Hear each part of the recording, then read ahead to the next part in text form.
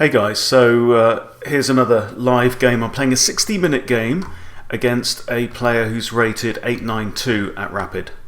Okay, so I've started with e4 and they've responded with c5, the Sicilian defense. So what I'm going to do right now is I'm going to practice a response to the Sicilian that I've been playing with a little bit recently, which is called the Grand Prix attack. And let's see how it works out. So the idea with the Grand Prix attack is that you respond first with knight to c3 and then f4 is going to come. So this is a common motif in certain openings where you play either your f pawn or your c pawn to the 4th rank and then put the knight behind the pawn, right? So what that does is it gives you this kind of stronger control over the center. You have your knight in its natural position, but the knight is now not in the way of the pawn advancing, right? So you move the pawn first and then the knight. Okay, so I'm going to play bishop to e2. This bishop wants to come somewhere, and b5, c4, e2 have all been done. And my plan now is to reinforce this pawn here with... there we go. Okay, I was going to play d3. Does he want to capture my bishop? So he's either thinking about capturing my bishop or my knight on f3. Either way, I'm kind of happy. The bishop itself is not a particularly strong piece at this point in time. The way the Grand Prix normally progresses is that I castle kingside, move my queen then across to e1 with ideas of coming in and capitalizing on this space advantage I have in the center there. Okay, so he's played his knight from e7 to c6. Let's have a think. So he clearly doesn't want to capture one of my pieces right now. He's moved his knight away from this square, which now allows his queen potentially to come out, but she can't go there and she can't go there because it's guarded by the knight and the pawn. This dark squared bishop could also come out, but it can't go very far because it'll be blocked by that Sicilian pawn on c5. So what to do? I think I'll just go ahead and castle. That gives me options now, because if knight takes knight, I can then recapture with the rook, and I've got a free rook lift. The rook lift is where you bring your rooks off of the back rank with the idea of maybe moving them sideways and joining in some kind of attack. I'm not worried about knight takes c2. I'm not really worried about knight takes the bishop. Also, if knight takes knight, then I think I'm going to recapture with the rook. Okay, the queen has come out. Queen to a5. My first thought is to prepare a discovered attack. Something like bishop to d2, and then maybe move the knight here with an attack on the queen, and it's also covering these two squares. That's a thought. Queen can't take on a2, it can't capture the knight, so let's go ahead and play that move. Can't see any immediate threat right now. This knight again can't really take there, and if it takes either of these, I'm kind of happy.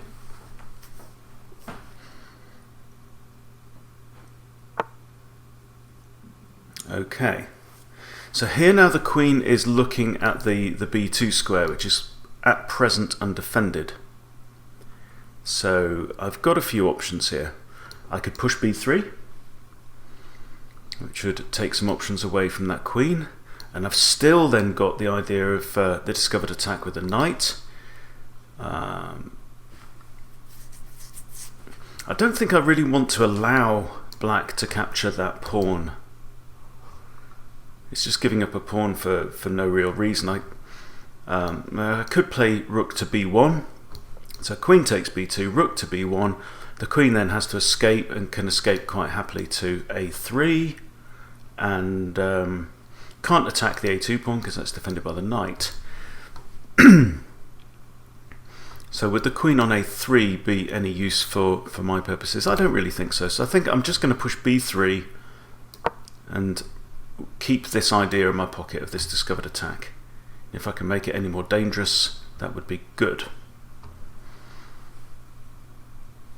So this is going to be part of my series of how to beat players rated below 1000, and let's just hope I can do that. Okay, the knight has come in, captured my knight, which we anticipated, and I'm going to recapture now with the rook, I think. I could recapture with the bishop. What options has my bishop then got? One of these squares. Maybe bishop on h5 might be good. So if I capture with the bishop, then the bishop can go to h5, and then the rook can swing after that. Alternatively, I can capture with a rook right now, then move the rook to g3, and then the bishop to h5. Doesn't really matter which way round I do it, so I'm going to go ahead with my original idea and just capture with a rook.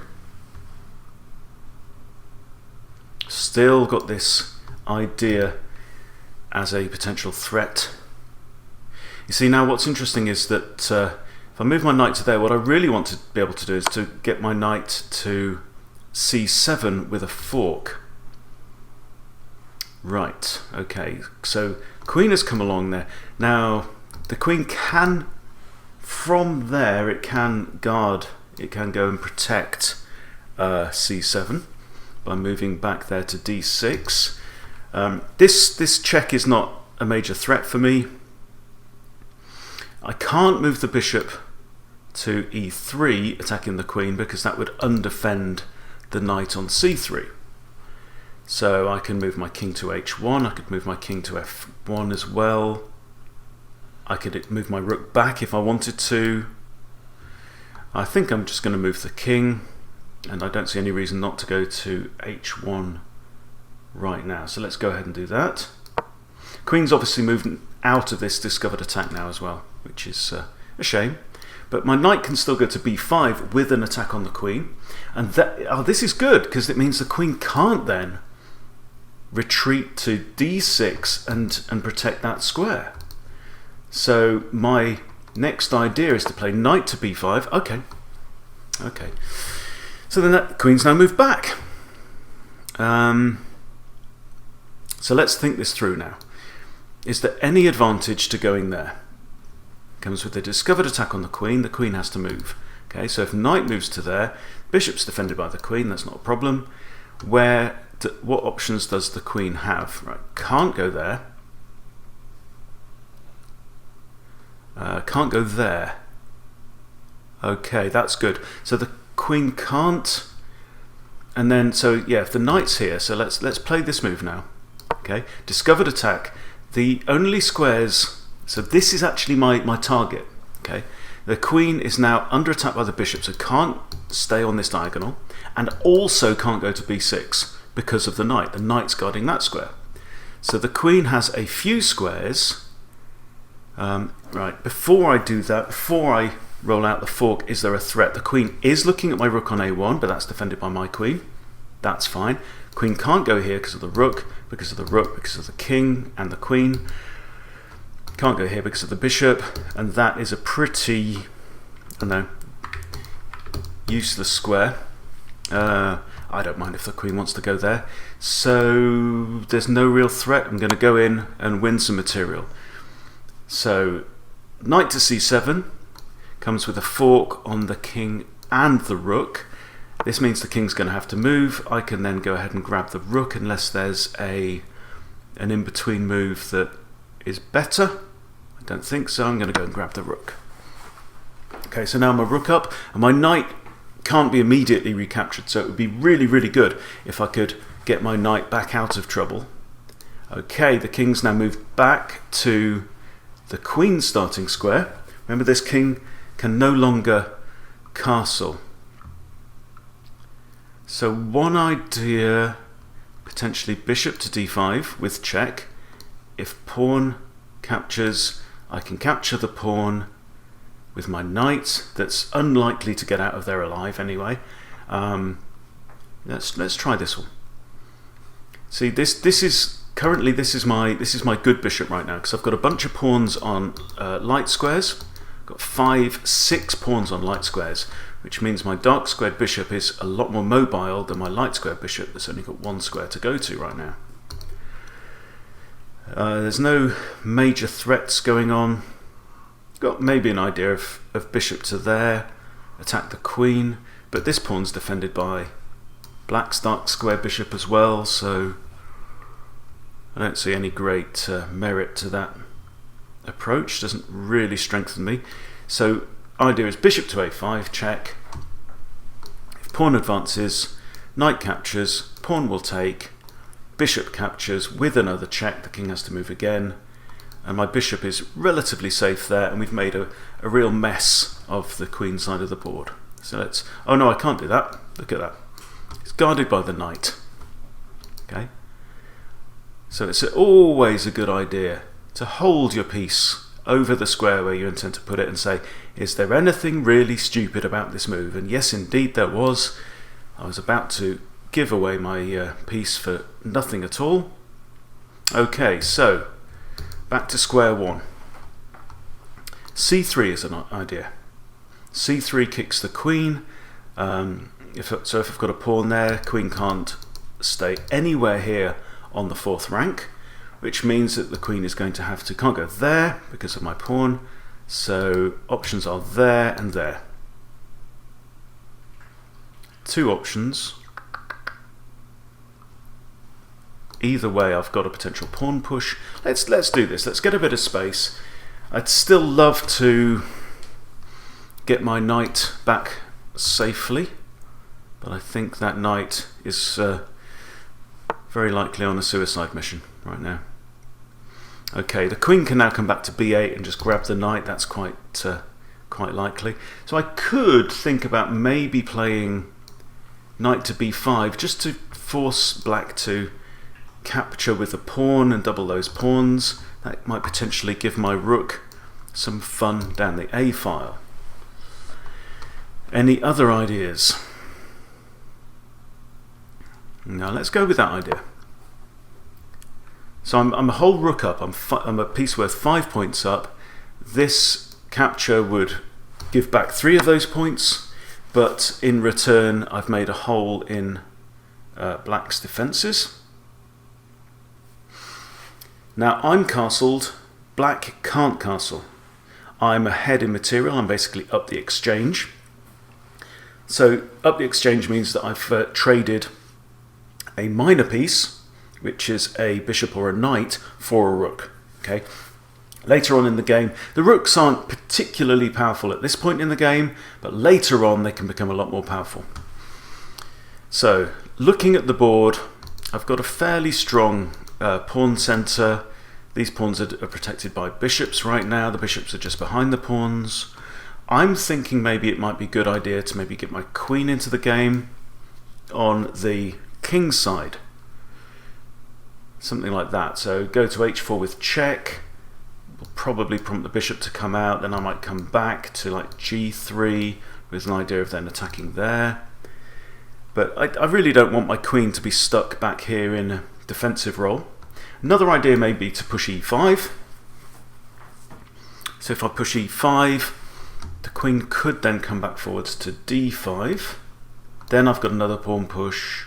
Yeah, let's grab the space. Let's keep the pressure on, grab the space. Don't see any great issue with that move. If the queen comes forward, yeah, let's think about this. I go there, queen comes forward to d5, I push again, the queen can then come forwards again to d4. But then I can kick it away again. Could even trap the queen. If I put my bishop there, it's defended by the rook. That's okay. Let's see. I think we might be able to trap the queen unless she decides to retreat. So if the queen comes forwards, c4, and the only squares then for the queen are here. Okay, the queen's retreated. Well done. Well done, black. Okay.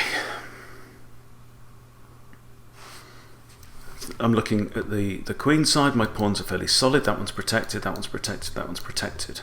Double protected. So I think it's now time to bring my queen into the game. This retreat now by the black queen has basically put that piece out of harm's way, out of action. I'm going to move my queen to e1 with ideas of coming through here, maybe back to there and start an attack. I've already lifted my rook, so I've got ideas of moving my rook to g3 at some point to put pressure on g7. That's an idea. Black's still got all their pawns on the board, as have I, and the king's moved. Okay. Isn't that interesting? Right, the king has moved. So what I'm guessing is that he's seen e1 and thought that my plan is to come there with a check, which it was, absolutely. Okay, so now we need more attacking ideas.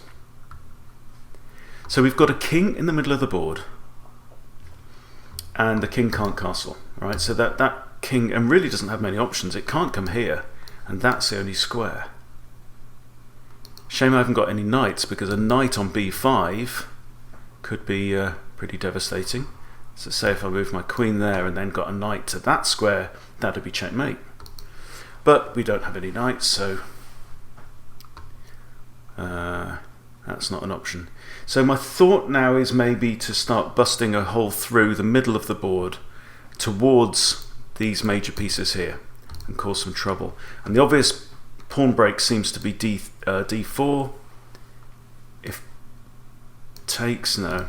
Okay, so if pawn takes, knight takes with a fork on my rook and my bishop, that's not very attractive at this point in time. I've got b4. Then if pawn takes, and that bishop is defending the pawn. Let's have a go with this one. I'd love to move this pawn out of the way. It's right in front of the king. I've got a rook here. I've got my queen. My other rook can be active. I've got ideas of a4, a5 coming up. Okay. He's moved the queen. So if I capture now, pawn recaptures, he's undoubled his pawns there, he's kind of got a bit of a structure back. But even so, there's no threats for me on the queen side of the board, right? And his pieces are all on the queen side. This is where I want to bust through. So I'm just going to see if I can construct some kind of barrage. If pawn takes, I've got maybe d4. No, d4 isn't an option yet. Maybe I need to get my queen and my dark square bishop onto this diagonal. And then we might have ideas about pushing, doing the d4 pawn break. We shall see. My opponent hasn't played too badly at this point in time. Although I think they are rushing their moves a little bit. This is a 60-minute game. We're well into the middle game and he's only used 5 minutes, or not even 5 minutes on his clock. So if you're going to play a 60-minute game, use 60 minutes on your clock. There's no point playing a 60-minute game like Blitz. Okay, so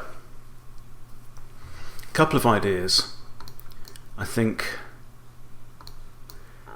queen and bishop onto that diagonal. Now, one thing I have to bear in mind is that if I move my queen off the back rank, then that leaves this rook as vulnerable. So I may actually want to retreat this rook back to f1. Now that the king's moved over this side of the board, my rook lift to f3 is less likely to be of any use to me, because I'm not going to be attacking there on the king side. I want to attack on the queen side now. So maybe get the bishop in first, which effectively pins that pawn because the queen's behind it. But he's not going to be in a hurry to push that pawn anyway. Let's put the bishop there now. It leaves the c3 pawn undefended. So I might have ideas of... Okay, let's think. I don't think I can push that now because he's got 1, 2, 3 attackers. Although, if the pawn takes, I'm quite happy. So if I was to push d4, pawn takes... Okay. Now he's voluntarily starting to offer up material. or offer exchanges of pawns, all of which helps me. My king is tucked away in the corner. My king is quite safe, so, and I'm up in material slightly. So to open up the board right now is all in my interests. However, okay, if I allow that pawn to take and I recapture, is that a problem for me, bringing the knight back? It hits this rook, but then I've got ideas of bringing the rook back to f1 all the same, so that's one thing. If I take and then pawn takes, what that does is it creates a semi-open file on the g file now, where black could attack. So I think I want to leave black's g pawn in place. So I'm not going to initiate this trade of pawns.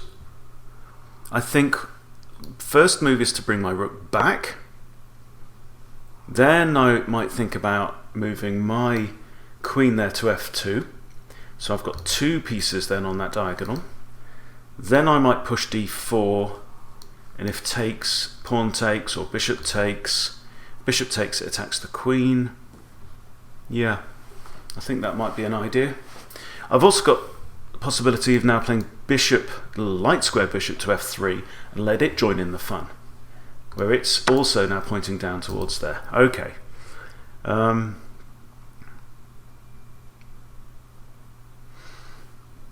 Right. Now if I let this pawn capture again, I get to recapture with a bishop and with check. That's not too bad.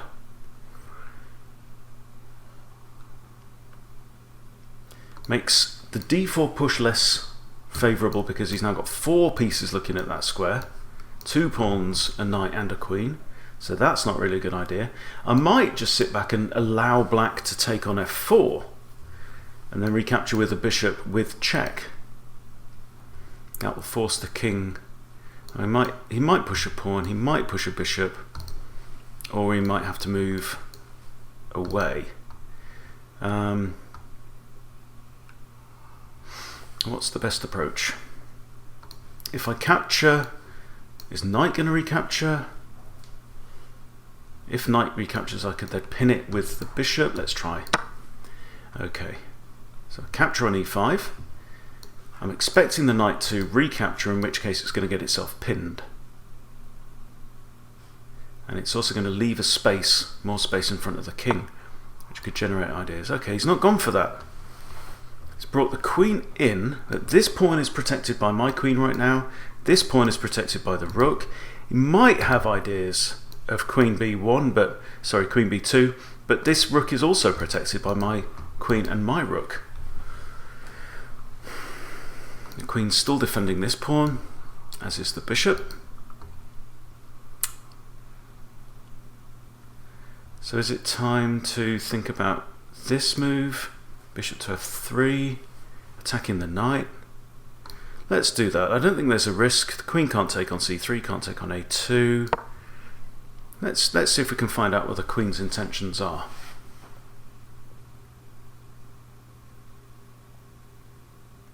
I'm pretty happy with my position right now in the game.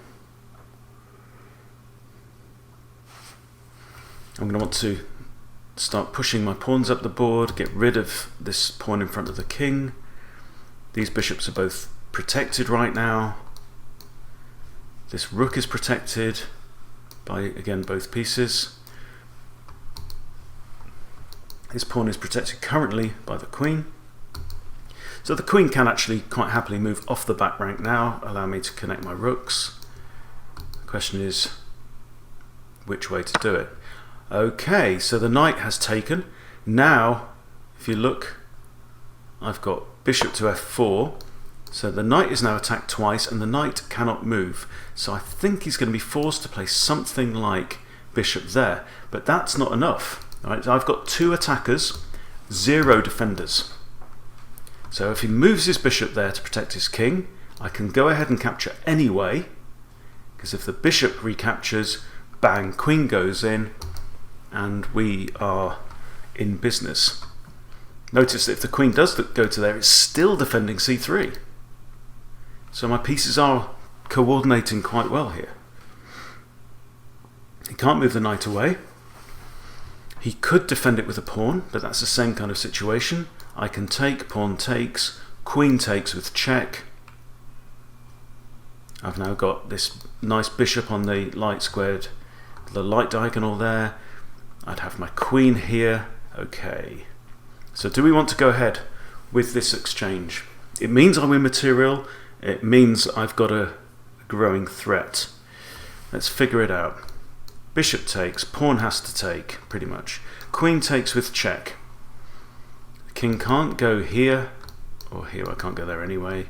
Can't stay there, can't retreat there, so the... would we get then knight takes, pawn takes, queen takes, bishop here? If that happens, I can go in and grab g7 with an attack on the rook. Let's try that one out. And even there on g7, my queen is still defending c3. Other options could be to push d4 now. But let's go in with a check. Let's keep the pressure on. If the bishop comes here, oh, this is interesting. Bishop comes here, queen takes g7. Okay, interesting. So he's moved the king. He's not taking very long over these moves, I have to say. But that is not a bad square for the king. Should I now just bust through with these pawns? That pawn is still defended by the queen. If I move d4, actually it won't be defended. Then I can capture there. Maybe I should move my rook across to d1. Another simple idea is bishop g4, so that I've got two attackers then on this pawn. Let's do that. That's a pretty safe one. Very often, a lot of the attacks in chess are relatively straightforward. You shouldn't ignore the simple pressuring moves and the forcing moves. Right. Okay, I'm conscious that I've got an open file here that's covered by my rook. So that's all good. I've got checks. I've got queen to c7. If queen to c7, the king can't go there, there, there, and can't go to any of these squares on the f-file. So if I go there, he could block with his light squared bishop, or he'll have to move to e8. If he blocks with the light squared bishop, I can grab a pawn, and I can't grab this one because the queen's guarding it.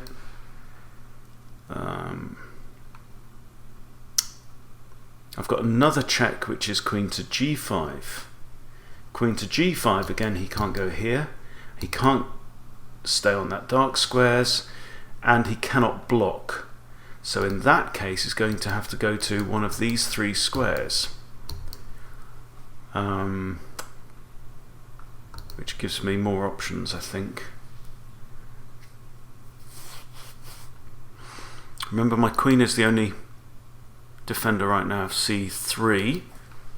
I don't want to give up material unless I have to. Are there any other interesting attacks?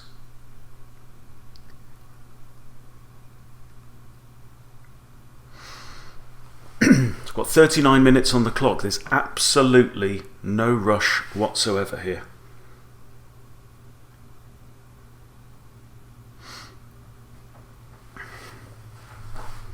I mean, there are ideas of just moving my queen somewhere like here with the idea of going in there. That wouldn't be checkmate. I want to use this bishop. I want my pieces to be lined up. So what about now rook f to e1 with the idea of capturing on there with the bishop? Okay, it's another simple move. I don't see any major risks right now. This pawn is still defended by the queen. So the idea is now bishop takes, and then the big threat is, okay, let's go ahead. Bishop takes. He's just prompted what I was going to do anyway. If bishop recaptures, queen dives in, and we've got the king in a world of pain. Okay. I could capture the bishop. If king recaptures, queen to e8. That's looking pretty deadly. Another idea is queen across the d5 check. Bishop can't block because I just come in and checkmate. So how about this then? Queen there. So king can't go there. Obviously can't go there. If he goes to either of these squares, I can then move my bishop somewhere and with a discovered check. So let's try this. I think I've got lots of options. I've got good control of the board. That's a very exposed king. I've still got both my rooks on the back rank, so I don't have to worry about back rank attacks right now. I'm an exchange and 1 pawn up currently. Now his bishops are controlling quite a few squares. Of course his king now has got to defend that bishop as well. Okay, so I'm thinking now, if bishop takes, king's likely to recapture, then I've got potentially rook to e8. If that happens, then the king can't stay on the back rank, can't go to here, can't go to there. I think that might be checkmate. Bishop takes. Again, my king is safe, there's no back rank threats right now because of my nice connected rooks. If the king captures there, then rook to e8 I think is mate. The king doesn't have many other options. I mean, could go to b8 or b6, but that means that he's just surrendered material, and either way my pieces can still come flying in. Alright, thinking now queen to d7. It's not quite mate, but it does protect my bishop. So right now he wants to recapture the bishop. He wants to capture the bishop with his queen. This move would stop it. This move would force my opponent's offered a draw. Unlikely to want to go for that. I'd lose an awful lot of points if I do that. I don't think I'd gain any points if I win this game. Clearly I can't take the pawn. It's defended by the bishop. I think that's the most pressuring move at this point in time. The king has 2 squares it can go to. Neither is very appealing.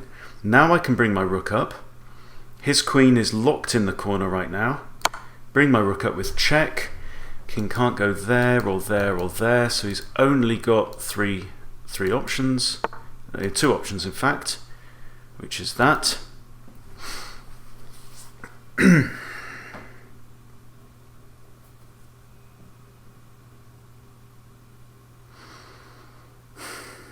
Okay. I mean, I've got one check, which is queen to a4. If queen to a4, again he moves back to one of these squares, and I don't want to get into a situation where we're repeating too much. I want to break through.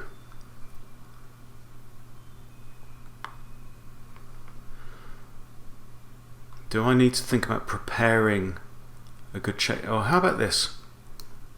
Rook to a6. No, king can just capture the rook. Okay.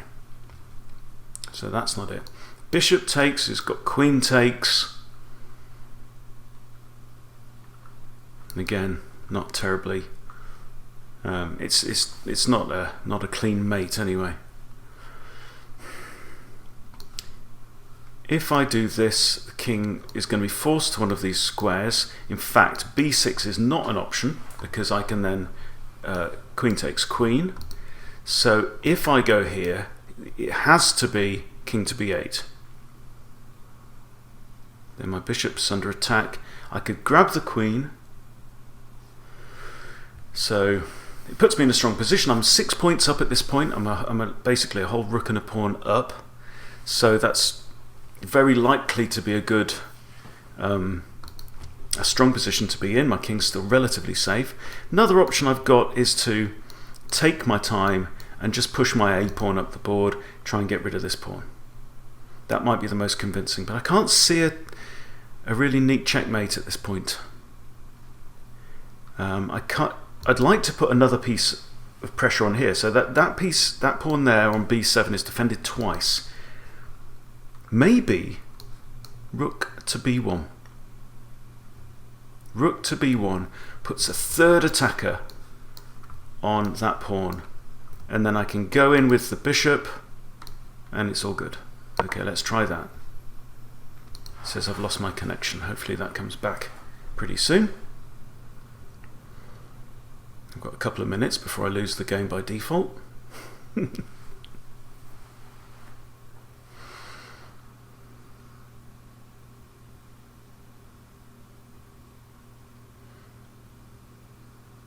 So the connection's gone for some reason.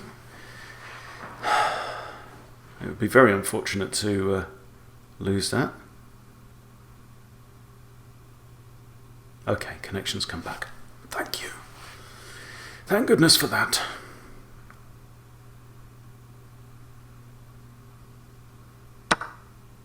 Okay. Queen takes bishop. Now I've got queen takes queen. And the position is completely lost. I'm going to have queen takes there. Okay, it's clinging on. There's no chance of stalemate because you can move a load of other pieces. Rook there, and then queen there is going to be mate, whatever happens. But I won't pre-move just in case. You don't pre-move when you've got 33 minutes still on the clock. Queen to b7 is a clean checkmate. There you go. So yeah, that's how you beat a player rated 890. My opponent actually did quite a good job in there, but it's all the same things as I keep repeating in Chess Boot Camp. Try and keep your pieces coordinated, make sure that your pieces are defended, most of all keep your king safe. You'll notice how many times during that game I commented that my king was safe. How many times did I check that my king's not going to succumb to a counter-attack? Okay, you have to take your time, build up your attack, make sure you've got enough pieces involved in the attack. Really, the killer move towards the end of there was to realise that rook to b1 was the killer move there. So yeah, pretty good results. I think my opponent played a very decent game for rated under 1,000, absolutely. So yeah, I hope you've picked up a few little hints and tips from that. So one other thing to remember is give yourself time, and games like this are great. 60 minutes, 30 minutes. Give yourself time so that you can consider every move possible, every move on the board. It gets easier towards the end of the game when there are fewer pieces there. But you notice how it took me a few minutes. I was trying to come up with a deadly mating attack, and it took me a while to realise that this move, rook to b1, would be conclusive. Right? You don't want to catch yourself just having a stab too much. There were a few times in that game when I said, okay, let's try this. But I was trying things that I was very confident couldn't backfire on me, right? Because sometimes, as well, if I'm playing an opponent who's like half my rating, I'm expecting them to do random moves. And my opponent here did play a few unexpected moves during the game, and you will get that. So sometimes there is just the case that you want to say, okay, let's try this and see what my opponent does, because you literally don't know what they're going to do. But really important tip is even if you're playing an opponent who's weaker than you, don't drop your guard. Don't ever drop your guard, because I've had situations where I've been playing people hundreds of points lower than me, and the trap is that you get to thinking only about your ideas and how you're going to win the game, and suddenly you could find yourself, it's happened to me in the last couple of days, somebody just dives in, it's checkmate. I didn't see that because I wasn't looking. So there you go, that's how to win a game of chess. Hope it's been useful for you, it's been fun for me, decent game and well played to my opponent. I'll see you next time.